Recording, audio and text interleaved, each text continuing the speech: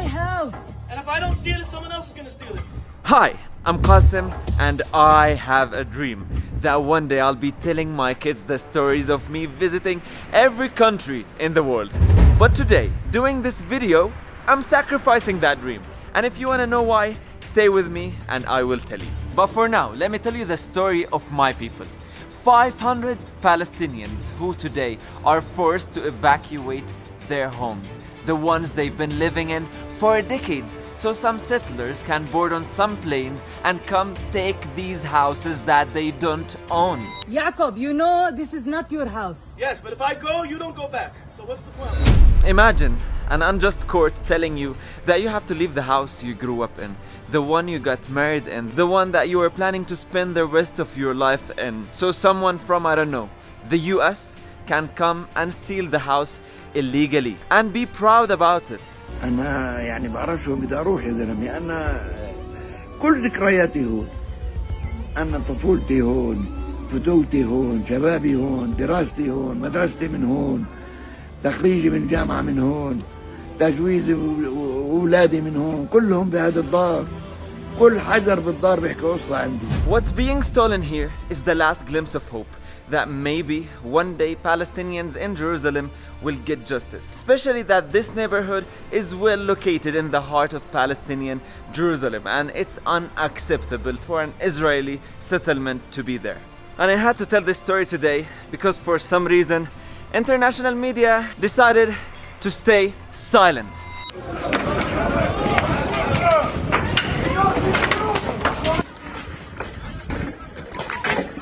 So, Israel claims that before 1948, these lands and houses belonged to Jews. And court has decided that the claim is right. But are you really serious, dear court? Before 1948, Palestinians, Muslim and Jews lived peacefully together. نحن فلسطينيون يهود ونريد أن نعيش تحت الحكم الفلسطيني. And no Palestinian would take the land or house of another Palestinian or human. That's only what Israel does, not us. But if you're actually serious, how about you give my grandfather back his house in Jaffa, the one he lost in 1948? Of course you wouldn't. But anyway, the real story here is that Jordan donated these lands in Jerusalem, and UNRWA decided to donate the money to build houses on them, so these refugees from Jaffa and other parts of occupied Palestine can have homes after Israel occupied their homes. So imagine getting kicked out of your house twice due to occupation. First in 1948 from Jaffa and other parts of occupied Palestine, and 60 years later from Jerusalem. هذا بيتي، هذا بابي.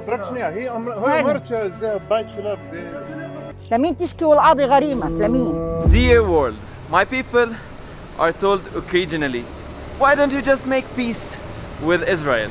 It's all in the past now, just get over it. But you have to understand that what's happening is an ongoing occupation. Lands are still being taken.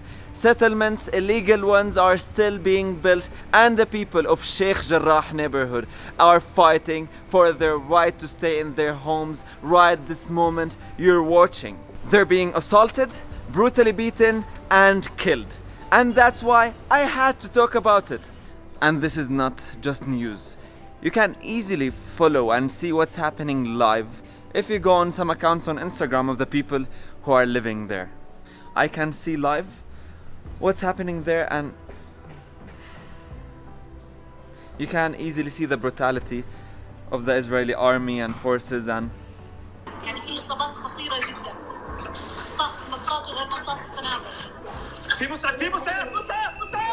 back to my dream.